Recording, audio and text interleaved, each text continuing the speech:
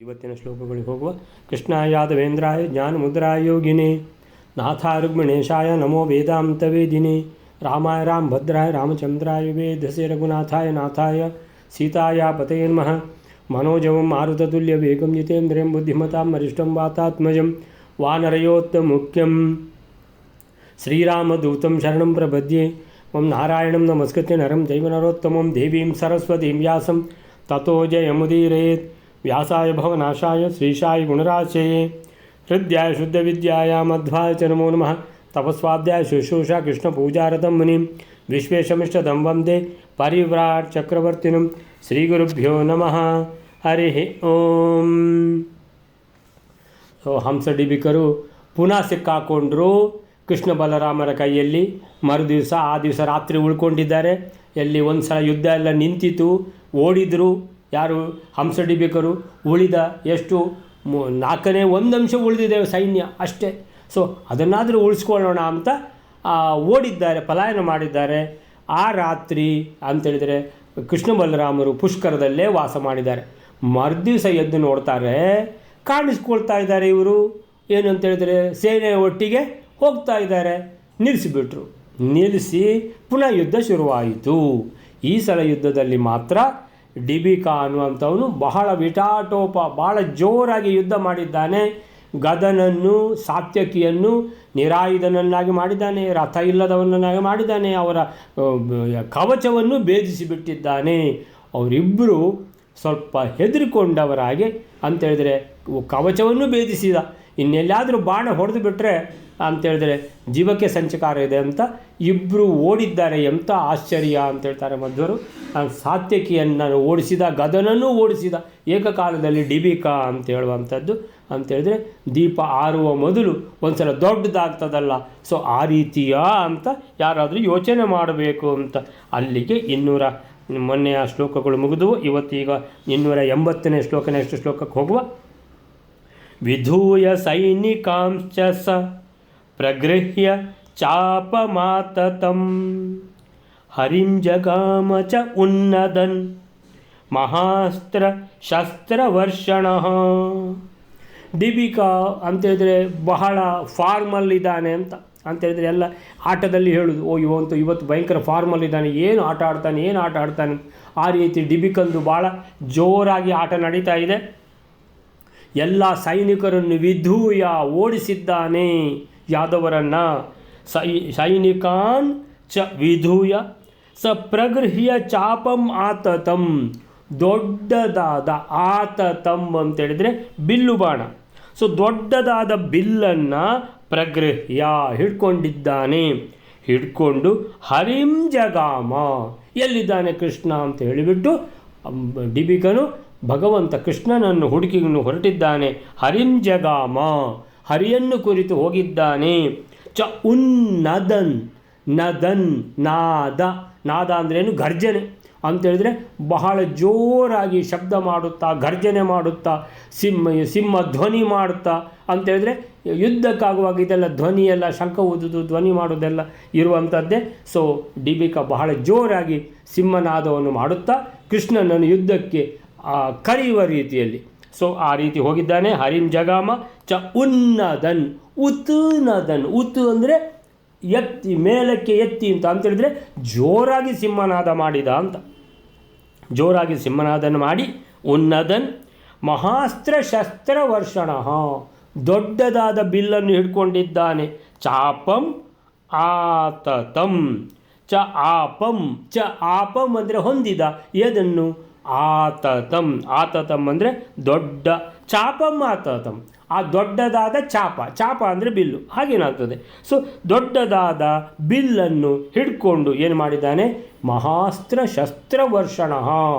ಕೃಷ್ಣ ಬಲರಾಮನ ಮೇಲೆ, ಯಾದವರ ಮೇಲೆ ಮಹಾ ಅಸ್ತ್ರ ಶಸ್ತ್ರ. ಸೊ ಅಸ್ತ್ರ ಮತ್ತು ಶಸ್ತ್ರ ಅಂದರೆ ವರ್ಷಣ ಅಂತೇಳಿದರೆ ಅದರ ಮಳೆಯನ್ನೇ ಗರ್ದಿದ್ದಾನೆ. ಬಿಲ್ಲನ್ನು, ದೊಡ್ಡದಾದ ಬಿಲ್ಲನ್ನು ಹಿಡ್ಕೊಂಡು ಧಾರಾಕಾರವಾಗಿ ಮಳೆ ಸುರಿದಂತೆ ಬಾಣಗಳನ್ನು ಸುರಿಸ್ತಾ ಇದ್ದಾನೆ ಡಿಬಿಕಾ. ಸೊ ಏನು ಹೇಳ್ತಾರೆ? ಆ ಡಿಬಿಕನು ಯಾದವರನ್ನು ಓಡಿಸಿ ಆರೋಪಿತವಾದ ಧನುಸ್ಸನ್ನು ಹಿಡಿದುಕೊಂಡು ಆತತಂ ಚಾಪಂ ಆತತಂ, ಆರೋಪಿತವಾದ ಧನುಸ್ಸನ್ನು ಹಿಡಿದುಕೊಂಡು ಗಟ್ಟಿಯಾಗಿ ಶಬ್ದವನ್ನು ಮಾಡುತ್ತಾ ಉನ್ನದನ್, ನಂತರ ಮಹತ್ತಾದ ಅಸ್ತ್ರಗಳನ್ನು ಶಸ್ತ್ರಗಳನ್ನು ಸುರಿಸುವವನಾಗಿ ಶ್ರೀಕೃಷ್ಣನನ್ನು ಹೊಂದಿದನು. ಸೊ ಅದು ನಾರಾಯಣ ತಂತ್ರಿಗಳದ್ದು. ಇವರು ಏನು ಹೇಳ್ತಾರೆ, ಯಾರು ಪ್ರಭಂಜನಾಚಾರ್ಯರು ಅಂತ ಹೇಳಿದರೆ, ಡಿಬಿಕನು ಯಾದವ ಸೈನಿಕರನ್ನು ಹೊಡೆದು ಓಡಿಸಿ ಆಮೇಲಿಂದ ದೊಡ್ಡದಾದ ಬಿಲ್ಲನ್ನು ಕೈಗೆತ್ತಿಕೊಂಡು, ದೊಡ್ಡದಾದ ಬಿಲ್ಲು ಆತತಂ ಚಾಪಂ ಆತತಂ, ಚಾಪ ಅಂದರೆ ಬಿಲ್ಲು, ಸೊ ಬಿಲ್ಲನ್ನು, ಆತತಂ ಅಂದರೆ ದೊಡ್ಡದಾದ, ಸೊ ದೊಡ್ಡದಾದ ಬಿಲ್ಲನ್ನು ಅಥವಾ ಆರೋಪಿತ ಧನುಸ್ಸನ್ನು ಅಂತ ಹೇಳಿದರು. ಸೊ ಆತತಂ ಅಂದರೆ ಇದು ಕಟ್ಟಿ ಆಗಿದೆ ಅಂತ, ಹಗ್ಗ ಕಟ್ಟಿ ಆಗಿದೆ ಅಂತ, ಇನ್ನು ಎಳೆದು ಬಾಣ ಬಿಡುವುದೊಂದೇ ಬಾಕಿ ಅಂತ. ಸೊ ಆ ರೀತಿಯಲ್ಲಿ ದೊಡ್ಡದಾದ ಹೆದೆಯೇರಿಸಿದ ಧನುಸ್ಸನ್ನು ಹಿಡ್ಕೊಂಡಿದ್ದಾನೆ ಡಿಬಿಕ. ಹಿಡ್ಕೊಂಡು ಬಲರಾಮನನ್ನು ಯಾರನ್ನ 280 ಅಲ್ವಾ, ದೊಡ್ಡದಾದ ಬಿಲ್ಲನ್ನು ಕೈಗೆತ್ತಿಕೊಂಡು ಸಿಂಹನಾದ ಮಾಡುತ್ತಾ ಉನ್ನದನ್ ಹರಿಂಜಗಾಮ, ಕೃಷ್ಣನ ಮೇಲೆ ತೆರಳಿದ. ಹೇಗೆ ತೆರಳಿದ? ಮಹಾಸ್ತ್ರ ಶಸ್ತ್ರಗಳನ್ನು ಸುರಿಸುತ್ತಾ ತೆರಳಿದ. ಎಲ್ಲಿದ್ದಾನೆ ಕೃಷ್ಣ ಅಂತ ಹುಡುಕಿಕೊಂಡು ತೆರಳಿದ ಅಂತ ಹೇಳ್ತಾರೆ. ಅಲ್ಲಿಗೆ 280ನೇ ಶ್ಲೋಕ ಆಯಿತು. 281ನೇ ಶ್ಲೋಕ ಈಗ.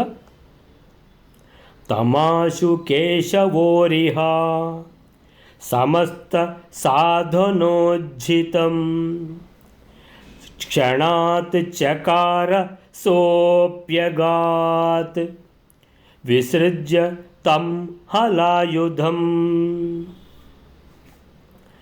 ತಂ ಆಶು ಕೇಶವ ಅರಿಹ ಅಂದರೆ ಯಾರ ಹತ್ರ ಹೋಗಿದ್ದಾನೆ ಅವನಿಗೆ ಗೊತ್ತಿಲ್ಲ. ಸೊ ನಮಗೆ ಗೊತ್ತಿದೆ. ಮದ್ದೂರು ಹೇಳ್ತಾ ಇದ್ದಾರೆ, ಭಗವಂತನ ಹತ್ರ ಹೋಗಿದ್ದಾನೆ, ಸರ್ವಶಕ್ತನಾದ ಭಗವಂತ. ಬ್ರಹ್ಮರುದ್ರಾದಿಗಳಿಗೂ ಪ್ರವರ್ತನಾದ ಭಗವಂತನ ಹತ್ರ ಹೋಗಿದ್ದಾನೆ ಮೂರ್ಖ. ಯಾರು? ಈ ಡಿಬಿಕ. ಈಗ ಒಂದು ಕೈ ನೋಡಿಬಿಡ್ತಾನೆ ಅಂತ ಸಾತ್ಯಕಿಯನ್ನು ಗದನನ್ನು ಓಡಿಸಿದ ಹಾಗೆ ಅಲ್ಲ ಇದು ಅಂತ ಅದರ ಅರ್ಥ. ಸೊ ಆ ಕೇಶವನ ಹತ್ರ ಹೋಗಿದ್ದಾನೆ. ಅರಿಹ, ಯಾವ ಶತ್ರುಗಳು ಭಗವಂತನ ಪಕ್ಕಕ್ಕೆ ಹೋಗ್ತಾರೋ ಅವರೆಲ್ಲ ಸಂಹಾರ ಆಗಿಬಿಡ್ತಾರೆ ಅಂತ. ಅರಿಹ, ಅರಿ ಅಂದರೆ ಶತ್ರುಗಳು, ಹ ಅಂತ ಹೇಳಿದ್ರೆ ಏನು? ಶತ್ರುಗಳು ನಾಶ ಆಗಿ ಹೋಗ್ತಾರೆ. ಸೊ ಅಂತಹ ಭಗವಂತನನ್ನು ತಮ್ಮ ಆಶು ಕೂಡಲೇ ಹುಡುಕಿಕೊಂಡು ಹೋಗಿದ್ದಾನೆ ಡಿಬಿಕ. ಸಮಸ್ತ ಸಾಧನೋಜ್ಜಿತಂ, ಅವನನ್ನು ಏನು ಮಾಡಿದ ಭಗವಂತ ಅಂತೇಳಿದರೆ ಅವನ ಎಲ್ಲ ಅಸ್ತ್ರ ಶಸ್ತ್ರ ಅವನದು ರಥ ಒಂದೂ ಇಲ್ಲದಾಗ ಮಾಡಿದ.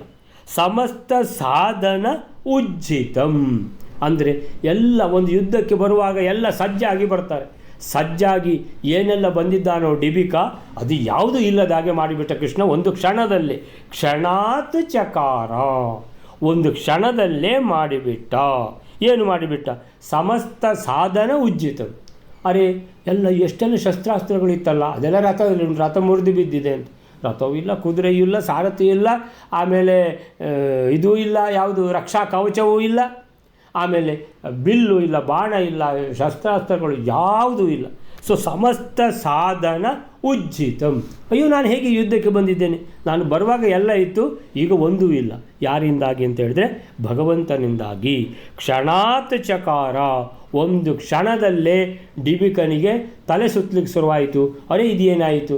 ಎಲ್ಲವೂ ಇದ್ದು ಬಂದಿದ್ದೇನೆ, ಅದು ಸಹ ಅವರನ್ನಿಬ್ಬರನ್ನು ಏನು ಓಡಿಸಿ ಬಂದುಬಿಟ್ಟಿದ್ದೇನೆ, ಎಲ್ಲ ಯಾದವರನ್ನು ಓಡಿಸಿದ್ದೇನೆ. ಆದರೆ ಈಗ ಕೃಷ್ಣನ ಹತ್ರ ಬಂದುಕೊಳ್ಳೆ ಮಾತ್ರ ಆ ಯಾವ ಆಟವೂ ನಡೆಯಲಿಲ್ಲ ಡಿಬಿಕನದ್ದು. ಅಲ್ಲಿಗೆ ಶುರುವಾಯಿತು ಡಿಬಿಕನ ಸೋಲು. ಕ್ಷಣಾತ್ ಚಕಾರ ಸೋಪಿ ಅಗಾತ್ ವಿಸೃಜ್ಯ ತಂ ಹಲಾಯುಧಂ. ಸೋಪಿ ಅಗಾತ್. ಸೊ ಇನ್ನು ಇಲ್ಲಿ ಕೃಷ್ಣನ ಹತ್ರ ಇದ್ದರೆ ಇದು ಬಹಳ ಕಷ್ಟ ಆಗ್ತದೆ ಅಂತ ಏನು ಮಾಡಿದ? ತಮ್ಮ ವಿಸೃಜ್ಯ, ಕೃಷ್ಣನನ್ನು ಬಿಟ್ಟುಬಿಟ್ಟ, ಅಲ್ಲಿಂದ ಪಲಾಯನ ಮಾಡಿ ಓಡಿದ್ದಾನೆ.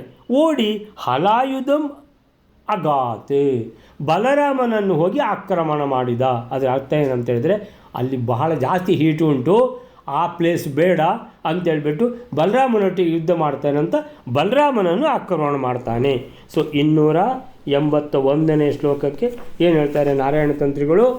ಶತ್ರು ಸಂಹಾರಕನಾದ ಶ್ರೀಕೃಷ್ಣ ಅರಿಹ ಕೇಶವ ಆ ಡಿಮಿಕನನ್ನು ಆಶು ಕೂಡಲೇ ಎಲ್ಲ ಯುದ್ಧ ಸಾಧನಗಳಿಂದ ರಹಿತನನ್ನಾಗಿ ಕ್ಷಣ ಮಾತ್ರದಲ್ಲೇ ಮಾಡಿದನು. ಕ್ಷಣ ಮಾತ್ರದಲ್ಲೇ ಅಂತೇಳಿದರೆ ಡಿಬಿಕಂದು ಏನೆಲ್ಲ ಸಜ್ಜಾಗಿ ಬಂದಿದ್ದಾನೋ ಒಂದು ಇಲ್ಲದಾಗೆ ಮಾಡಿದ್ದಾನೆ. ಸೊ ಆಶು ಕೇಶವ ಅರಿಹ ಸಮಸ್ತ ಸಾಧನೋಜ್ಜಿತಂ ಕ್ಷಣಾತ್ ಚಕಾರ. ಆಗ ಡಿಬಿಕನಿಗೆ ಸ್ವಲ್ಪ ಜ್ಞಾನೋದಯ ಆಯಿತು. ಶ್ರೀಕೃಷ್ಣ ಭಗವಂತನ ಹತ್ರ ಇಲ್ಲಿ ಇದ್ದರೆ ಎಲ್ಲ ಕೆಲಸ ಕೆಡ್ತದೆ ಅಂತ ಹೇಳಿದ. ಜೀವನ್ ಭದ್ರಾಣಿ ಪಶ್ಯತಿ ಅಂತ ಹೇಳ್ಕೊಂಡು ಓಡಿದ. ಅಲ್ಲಿಂದ ಓಡಿ ಹಲಾಯುಧನನ್ನು ಹಿಡ್ಕೊಂಡ. ಯಾರು? ಬಲರಾಮನನ್ನು ಹಿಡ್ಕೊಂಡ. ವಿಸೃಜ್ಯ ಕೃಷ್ಣನನ್ನು ಬಿಟ್ಟು ಹಲಾಯುಧಂ ಅಗಾತ್. ಸೋಪಿ ಅವನೂ ಕೂಡ ಕೃಷ್ಣನ ಭಯಕ್ಕೆ ಹೆದರಿ ಓಡಿ ಹೋದ ಅಂತ ಹೇಳಿದರು.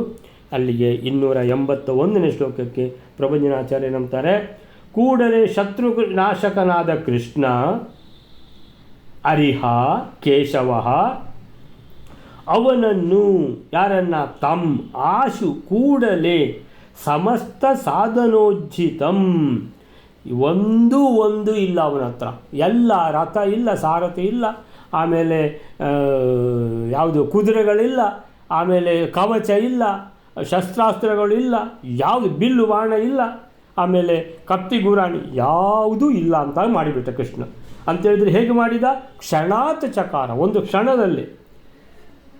ಆವಾಗ ಡಿಬಿಕನಿಗೇನಾಯಿತು? ಜ್ಞಾನೋದಯ ಆಗಿ ಓಡಿದ ಅಲ್ಲಿಂದ.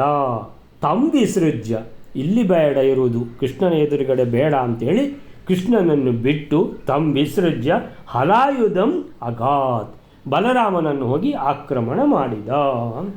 ಬಲರಾಮನ ಮೇಲೆ ತೆರಳಿದ ಅಂದರೆ ಮೇಲೆ ಎರಗಿದ, ಆಕ್ರಮಣ ಮಾಡಿದ, ಎಲ್ಲ ಒಂದೇ ಅರ್ಥ. ಅಲ್ಲಿಗೆ 281ನೇ ಶ್ಲೋಕ ಆಯಿತು. 282ನೇ ಶ್ಲೋಕ. ಹಲಾಯುಧೋ ನಿರಾಯುಧಂ ವಿಧಾಯ ಹಂಸ ಮೋಜಸ ವಿಕೃಷ್ಟಚಾಪಮಾಗತಂ ದದರ್ಶ ತಸ್ಯ ಚಾನುಜಂ.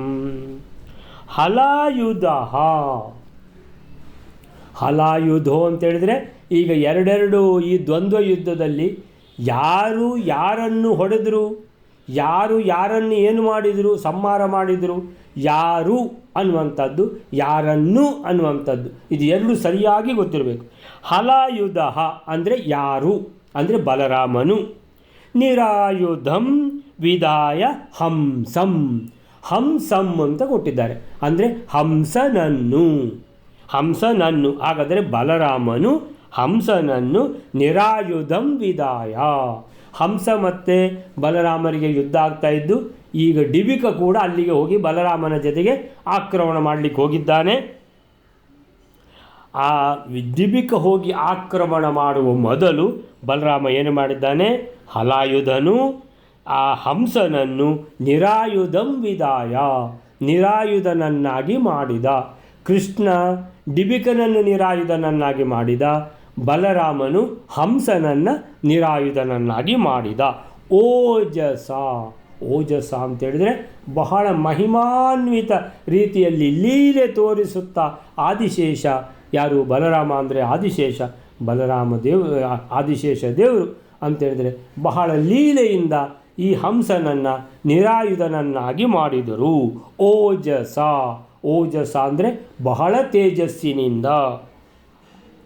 ವಿಕೃಷ್ಟ ಚಾಪಂ ಆಗತಂ ದದರ್ಶ ತಸ್ಯ ಚ ಅನುಜಂ. ಇಷ್ಟಾಗುವಾಗ ನೋಡ್ತಾ ಇದ್ದಾನೆ ಬಲರಾಮ.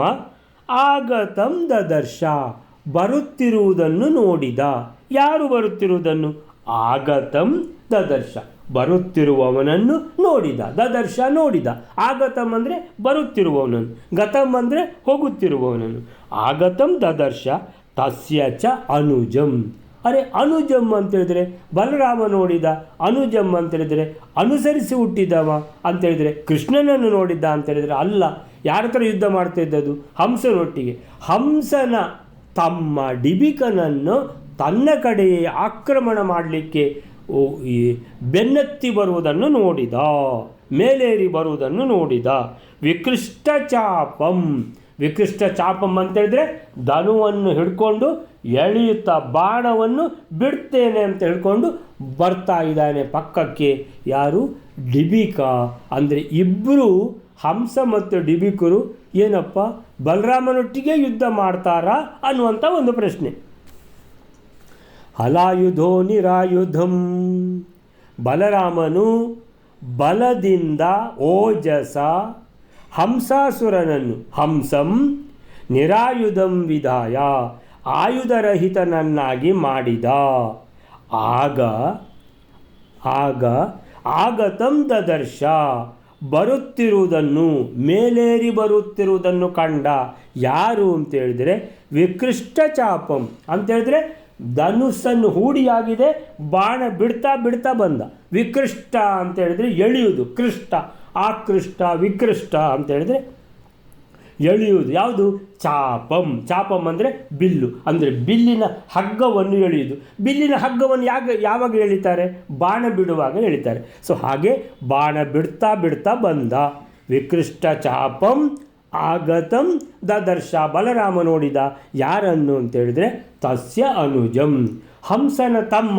ಅರೆ ಇವನು ಕೂಡ ನನ್ನ ಹತ್ರ ಯುದ್ಧ ಮಾಡಲಿಕ್ಕೆ ಬರ್ತಾನ ಅಂದರೆ ನಾನು ಹಂಸನೊಟ್ಟಿಗೆ ಯುದ್ಧ ಮಾಡುವಾಗ ಇವನು ಯಾಕೆ ಬರ್ತಾನೆ ಇಲ್ಲಿ ಯುದ್ಧ ಮಾಡಲಿಕ್ಕೆ ಅಂತ. ಸೊ 281ನೇ ಶ್ಲೋಕಕ್ಕೆ ಹಲಾಯುಧ ಬಂದಾಯಿತು. ಅನುಜಂ 282. ಹಲಾಯುಧನಾದ ಬಲರಾಮನು ತನ್ನ ಸಾಮರ್ಥ್ಯದಿಂದ ಓಜಸ ಏನು ಮಾಡಿದ? ಹಲಾಯುಧ ಏನು ಮಾಡಿದ? ನಿರಾಯುಧಂ ವಿಧಾಯ, ವಿಹಾಯ ಅಂತ ಅಲ್ಲದು ವಿಧಾಯ ಮಾಡಿದ. ಏನು ಮಾಡಿದ? ಅವನನ್ನು ನಿರಾಯುಧನನ್ನಾಗಿ ಮಾಡಿದ. ಯಾರನ್ನು? ಹಂಸನನ್ನು. ಅಷ್ಟಾಗುವಾಗ ಏನಾಯಿತು? ಹೆದೆಯೇರಿಸಿದ ಬಿಲ್ಲನ್ನು ಹಿಡಿದುಕೊಂಡು ಬರ್ತಾ ಇದ್ದಾನೆ. ಯಾರು? ಡಿಬಿಕ. ಅದನ್ನು ನೋಡಿದ.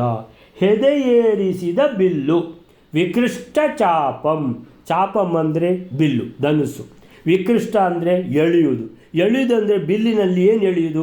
ಬಿಲ್ಲಿನ ಹಗ್ಗವನ್ನು ಎಳೆಯುವುದು. ಹಗ್ಗ ಕಟ್ಟಿಯಾಗಿದೆ, ಎಳಿತಾ ಇದ್ದಾನೆ. ಯಾವಾಗ ಎಳೆಯುವುದು? ಬಾಣ ಬಿಡುವಾಗ ಎಳೆಯುವುದು. ಅಂದರೆ ಧನುಸ್ಸನ್ನು, ದೊಡ್ಡ ಧನುಸ್ಸನ್ನು ಹಿಡ್ಕೊಂಡು ಬಾಣಗಳನ್ನು ಬಿಡ್ತಾ ಬಿಡ್ತಾ ನನ್ನ ಕಡೆನೇ ಓಡಿ ಬರ್ತಾ ಇದ್ದಾನೆ. ಯಾರು ಅಂತ ಕೇಳಿದರೆ ಡಿಬಿಕ. ಅರೆ ನಾನು ಹಂಸನೊಟ್ಟಿಗೆ ಯುದ್ಧ ಮಾಡ್ತೇನೆ, ಇವನು ಯಾಕೆ ಬರ್ತಾ ಇದ್ದಾನೆ? ಆದರೂ ದೊಡ್ಡ ಧನುಸ್ಸನ್ನು ಹಿಡ್ಕೊಂಡು ಬಾಣ ಬಿಡ್ತಾನೆ ಬರ್ತಾ ಇದ್ದಾನೆ ಅಂತ ಹೇಳುವಾಗ ಈಗ ಹಂಸನ ಹತ್ರ ಸ್ವಲ್ಪ ಟೈಮ್ ಉಂಟು, ಯಾಕಂದರೆ ಅವನನ್ನು ನಿರಾಯುಧನನ್ನಾಗಿ ಮಾಡಿಬಿಟ್ಟಿದ್ದಾನೆ. ಹಾಗಾದರೆ ಡಿಬಿಕನನ್ನು ಒಂದು ಸಲ ನೋಡಿಕೊಂಡು ಬಿಡೋಣ ಅಂತ ಶುರು ಮಾಡ್ಬೋದು ಈಗ ಅವನು. ಸೊ ಅವನನ್ನು ನೋಡಿದ ಅಂತ. ನೋಡಿದವ ದದರ್ಶ ಅಂದರೆ ನೋಡಿದ. ಇವನು ಯಾಕೆ ನನ್ನ ಹತ್ರ ಬರ್ತಾನೆ? ಆಕ್ರಮಣ ಮಾಡಲಿಕ್ಕೆ. ಸರಿ, ಪರವಾಗಿಲ್ಲ, ಹಂಸನನ್ನು ನಾನು ನಿರಾಯುಧನನ್ನಾಗಿ ಮಾಡಿದ್ದೇನೆ, ಇವು ನನಗೆ ಡಿಬಿಕನನ್ನು ಒಂಚೂರು ನೋಡಿಕೊಳ್ಳುವ ಅಂತ. ಸ ಹಂಸ ಆಶು ಕಾರ್ಮುಕಂ ಪುನಃ ಪ್ರಗೃಹ್ಯ ತಂಬಲಂ ಯದಾ ಸಾದ ಕೇಶವೋ ನ್ಯವಾರಯತ್ತಮೋಜಸ. ಸ ಹಂಸ ಆಶು ಏನು ಮಾಡಿದ? ಬಲರಾಮನ ಈಗ ಏನಂತೇಳಿದರೆ ದೃಷ್ಟಿ ಯಾರ ಮೇಲೆ ಬಿದ್ದಿದೆ? ಡಿಬಿಕನ ಮೇಲೆ ಬಿದ್ದಿದೆ. ಹಂಸ ಯೋಚನೆ ಮಾಡ್ತಾನೆ, ನನ್ನ ಹತ್ರ ಈಗ ನಿರಾಯುಧ ಅಂದರೆ ಆಯುಧ ಇಲ್ಲ. ಆಯುಧ ಇದ್ದಿದ್ದರೆ ಬಲರಾಮನ ಬೆನ್ನಿಗೆ ಇರಿಬೋದಿತ್ತು ಅಂತ ಯೋಚನೆ ಮಾಡ್ತಾನೆ. ಅರೆ ಏನು ಮಾಡೋದು ಈಗ? ಎಲ್ಲಿಂದಾದರೂ ಆಯುಧ ತಗೊಂಡು ಹೊಡಿಬೇಕೀಗ ಬಲರಾಮನಿಗೆ, ಹಿಂದಿಂದ ಹೊಡಿಲಿಕ್ಕೆ ಸುಲಭ ಅಂತ ಎಣಿಸ್ಕೊಂಡ. ಸ ಹಂಸ ಆಶು ಕೂಡಲೇ ಕಾರ್ಮುಕಂ ಪುನಃ ಪ್ರಗೃಹ್ಯ ತಂಬಲಂ ಅಂತ ಹೇಳಿದರೆ, ತಂಬಲಂ ಅಂದರೆ ಆ ಬಲರಾಮನನ್ನು ಕುರಿತು ಏನಾದರೂ ಮಾಡಬೇಕೀಗ. ಯಾಕಂದರೆ ಅವನು ಈಗ ಯಾರನ್ನು, ಅವನ ದೃಷ್ಟಿ ಎಲ್ಲಿ ಬಿದ್ದಿದೆ ಅಂತ ಹೇಳಿದರೆ ಡಿಬಿಕನ ಮೇಲೆ ಬಿದ್ದಿದೆ. ಸೊ ಡಿಬಿಕ ಆಕ್ರಮಣ ಮಾಡಿದ್ದಾನೆ, ಬಲರಾಮ ಆ ಕಡೆ ಹೋಗ್ತಾ ಇದ್ದಾನೆ. ಡಿಬಿಕನ ಮೇಲೆ ಏರಲಿಕ್ಕೆ ನನ್ನನ್ನು ನಿರಾಯುಧನನ್ನಾಗಿ ಮಾಡಿದ್ದೇನೆ, ನಾನು ಯಾವುದಾದ್ರೂ ಒಂದು ಆಯುಧವನ್ನು ತಗೊಂಡು ಅವನಿಗೀಗ ಹೊಡಿಬೇಕು ಹಿಂದಿಂದ. ಸ ಹಂಸ ಆಶು ಕೂಡಲೇ ಏನು ಮಾಡಿದ? ತಂಬಲಂ ಆ ಬಲರಾಮನನ್ನು ಕುರಿತು ಏನು ಮಾಡಿದ ಅಂತ ಹೇಳಿದರೆ ಕಾರ್ಮುಕಂ ಪುನಃ ಪ್ರಗೃಹ್ಯ ಪುನಃ ಅಂತೇಳಿದರೆ ನಿರಾಯುಧನನ್ನು ಮಾಡಿದಾನಲ್ಲ, ಎಲ್ಲಿ ಉಂಟು ನಂದು ಬಿಲ್ಲು ಬಾಣ ಅಂತ ಆ ಬಿಲ್ಲು ಬಾಣವನ್ನು ಕಾರ್ಮುಕಂ ಅಂದರೆ ಬಿಲ್ಲು ಅಥವಾ ಬಿಲ್ಲು ಬಾಣ, ಕಾರ್ಮುಕಂ ಪ್ರಗೃಹ್ಯ ಹಿಡ್ಕೊಂಡ. ಒಂದು ಸಲಕ್ಕೆ ನಿರಾಯುಧನಾಗಿ ಮಾಡಿದರೆ ನನಗೆ ಬಿಲ್ಲು ಬಾಣ ತಗೊಳ್ಳಿಕ್ಕೆ ಬರುವುದಿಲ್ವಾ ಅಂತ ತಗೊಂಡು ಯಥ ಆಸಸಾದ ಅಂತೇಳಿದರೆ ಬಲರಾಮನನ್ನು ಕುರಿತು ಬೆನ್ನಟ್ಟಿ ಹೋಗಿದ್ದಾನೆ ಬಾಣ ಬಿಡಲಿಕ್ಕೆ. ಆಗ ಕೇಶವ ನ್ಯವಾರಯತ್ ತಮ್ ಓಜಸ. ಆಗ ಕೃಷ್ಣ ನೋಡ್ತಾ ಇದ್ದಾನೆ, ಎಲ್ಲವನ್ನೂ ನೋಡ್ತಾ ಇದ್ದಾನೆ.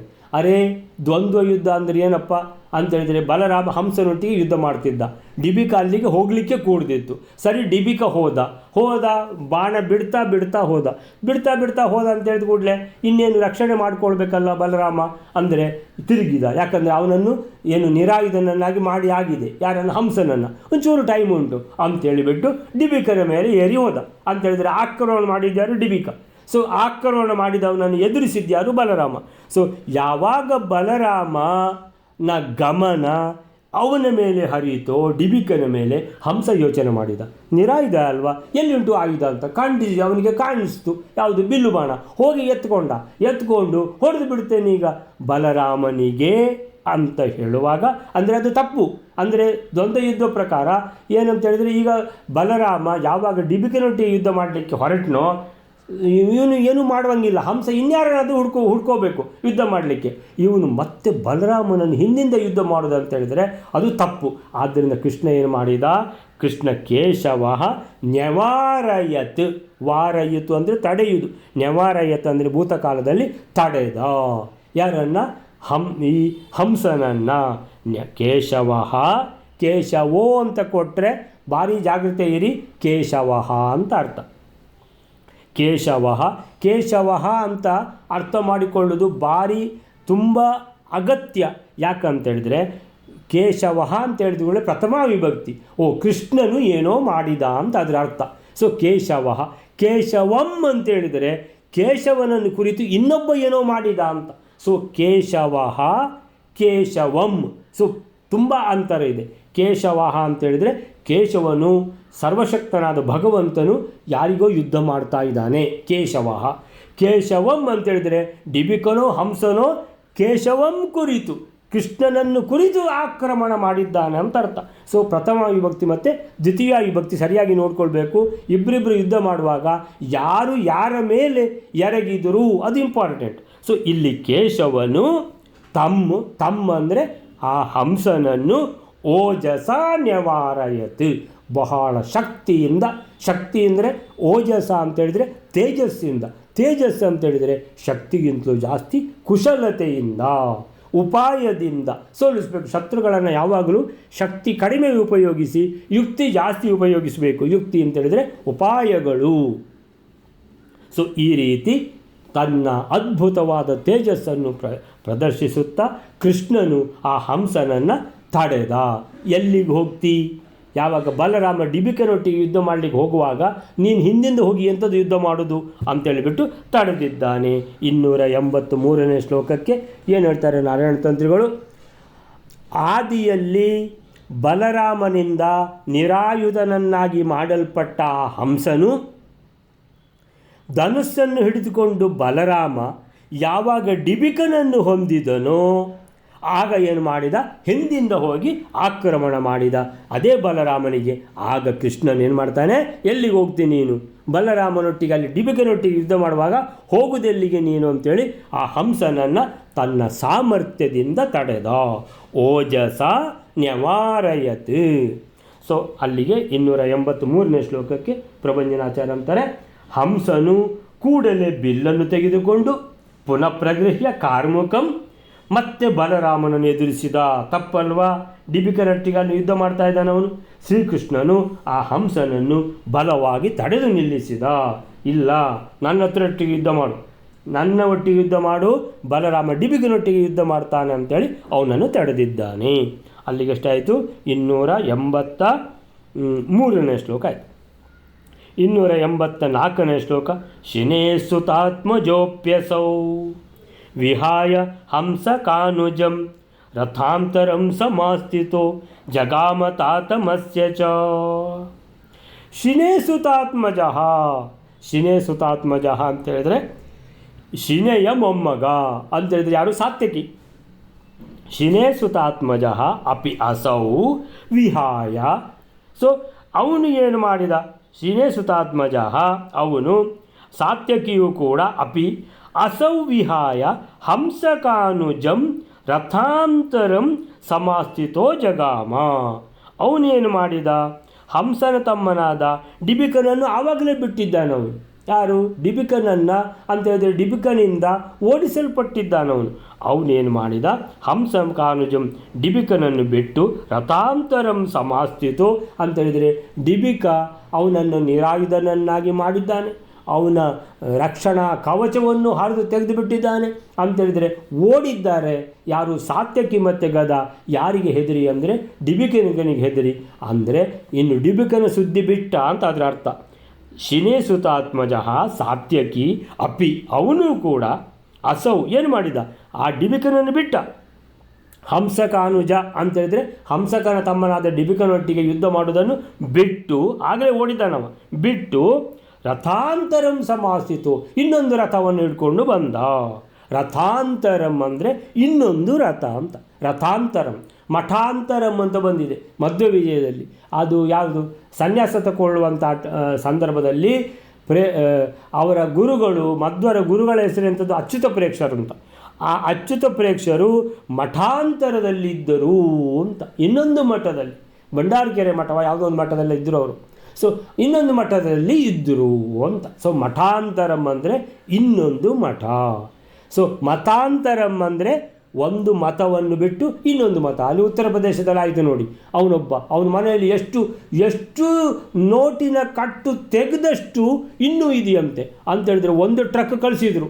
ಅಂದರೆ ಟ್ರಕ್ ಏನು ಕಳಿಸಿದ್ದೆ ಅಂತಂತೇಳಿದ್ರೆ ನೋಟಿನ ಕಟ್ಟುಗಳು ಒಂದು ಟ್ರಕ್ ಕಳಿಸಿದ್ರು, ಇನ್ನೊಂದು ಟ್ರಕ್ ಅದು ಸಹ ಫುಲ್ಲಾಯಿತು. ಆಮೇಲೆ ಆ ಟ್ರಕ್ ಕಳಿಸಿದ್ರು, ಮೂರನೇ ಟ್ರಕ್ಕಿಗೆ ತುಂಬಿಸ್ಲಿಕ್ಕೆ ಶುರು ಮಾಡಿದರು, ಅದು ಫುಲ್ ಆಗ್ತಾ ಉಂಟು. ಆಶ್ಚರ್ಯ ಆಗಿ ಹೋಯಿತು, ಎಷ್ಟು ದುಡ್ಡು ಇಟ್ಟಿದ್ದಾನೆ ಇವ ಅಂತ. ಅವನ ಕೆಲಸ ಏನಂತೇಳಿದರೆ ಮತಾಂತರ.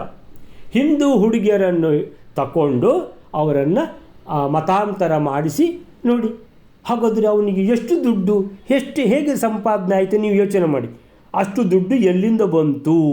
ಹಾಗಾದರೆ ಎಲ್ರಿಗೂ ಅವನ ಕೆಲಸದ ಮೇಲೆ ಭಾರೀ ಒಂದು ಖುಷಿ ಅಂತ ಅರ್ಥ. ಯಾರು ದುಡ್ಡು ಕೊಟ್ಟಿದ್ದಾರೆ ಅವನಿಗೆ ಅಂತೇಳಿದರೆ ಒಳ್ಳೆ ಕೆಲಸ ಮಾಡ್ತಾನೆ ಅವನು ಅಂತೇಳಿಬಿಟ್ಟು ದುಡ್ಡು ಕೊಟ್ಟಿದ್ದಾರೆ. ಹಾಗಾದರೆ ನೀವು ಆಲೋಚನೆ ಮಾಡಿ, ಒಳ್ಳೆ ಕೆಲಸ ಅಂದರೆ ಏನು ಅನ್ನುವಂಥದ್ದನ್ನು ನೀವೇ ಆಲೋಚನೆ ಮಾಡಿ. ಸೊ ಹೀಗೆ ಅದು ಮತಾಂತರ. ಮಠಾಂತರ ಆಯಿತು, ಮತಾಂತರ ಆಯಿತು, ಇದು ರಥಾಂತರ. ರಥಾಂತರ ಅಂತೇಳಿದರೆ ಇನ್ನೊಂದು ರಥದ ಮೇಲೆ ಕುಳಿತುಕೊಂಡು ಸಮಾಸ್ಥಿತೋ ಏರಿ ಕುಳಿತು, ಸಮ ಆಸ್ಥಿತು. ಸ್ಥಿತ ಅಂದರೆ ಕುಳಿತುಕೊಳ್ಳುವುದು ಅಥವಾ ನಿಲ್ಲುವುದು ಅಂತ, ಅಲ್ಲಿ ಸ್ಥಿತನಾಗಿದ್ದಾನೆ. ಸಮಾಸ್ಥಿತೋ ಅಂದರೆ ಚೆನ್ನಾಗಿ ಕುಳಿತುಕೊಂಡು ಅಥವಾ ಚೆನ್ನಾಗಿ ನಿಂತುಕೊಂಡು ರಥದಲ್ಲಿ ಬಂದಿದ್ದಾನೆ. ಸಾತ್ಯಕಿ ಜಗಾಮ ತಾತಂ ಅಂತೇಳಿದರೆ ಈ ಹಂಸನ ವ್ಯಾಪಾರ ಬೇಡ. ಯಾಕಂದರೆ ಹಂಸನನ್ನು ಈಗ ಕೃಷ್ಣ ಭಗವಂತನೇ ತಡೆದಿದ್ದಾನೆ. ಡಿಬಿಕ ಬಲರಾಮನನ್ನು ಕುರಿತು ಹೋಗಿದ್ದಾನೆ. ಹಾಗಾದರೆ ಅವರಿಬ್ಬರು ಈಗ ನಮಗೆ ಅವ್ರ ವ್ಯಾಪಾರನೇ ಬೇಡ ಅಂತ ಬಿಟ್ಟಿದ್ದಾನವ. ಸಾತ್ಯಕಿ ಓಡಿ ಹೋದವ.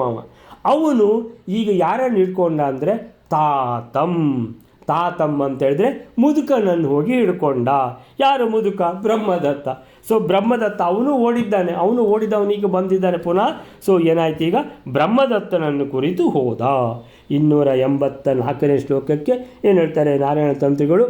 ಈ ಶಿನಿಯ ಪೌತ್ರನಾದ ಸಾತ್ಯಕಿ ಕೂಡ ಶಿನೇ ಸುತಾತ್ಮಜ ಅಪಿ ಅಂದರೆ ಕೂಡ ಮೊದಲು ಡಿಬಿಕನಿಂದ ರಥರಹಿತನನ್ನಾಗಿ, ಆಯುಧರಹಿತನನ್ನಾಗಿ, ಕವಚರಹಿತನನ್ನಾಗಿ ಅಂದರೆ ಎಲ್ಲ ಆಗಿದೆ ಈ ಸಾತ್ಯಕಿಗೆ. ಓಡಿದ್ದಾನವ ಗದನೊಟ್ಟಿಗೆ.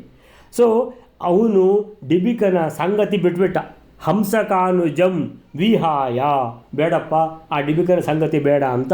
ಆಮೇಲೆ ಇದು ಅಂದರೆ ಸುಲಾಭದ್ದು ಯಾರು ಯುದ್ಧ ಮಾಡಲಿಕ್ಕೆ ಅಂತ ಹೇಳಿದರೆ ತಾತನ ಹತ್ರ ಯುದ್ಧ ಮಾಡ್ತೇನೆ ಅಂತ ಹೇಳ್ಕೊಂಡು ಏನು ಮಾಡಿದ, ಮತ್ತೊಂದು ರಥವನ್ನು ಏರಿದವನಾಗಿ ರಥಾಂತರಂ ಸಮಾಸ್ಥಿತೋ ಡಿಬಿಕನ ತಂದೆಯಾದ ಬ್ರಹ್ಮದತ್ತನನ್ನು ಹೊಂದಿದ.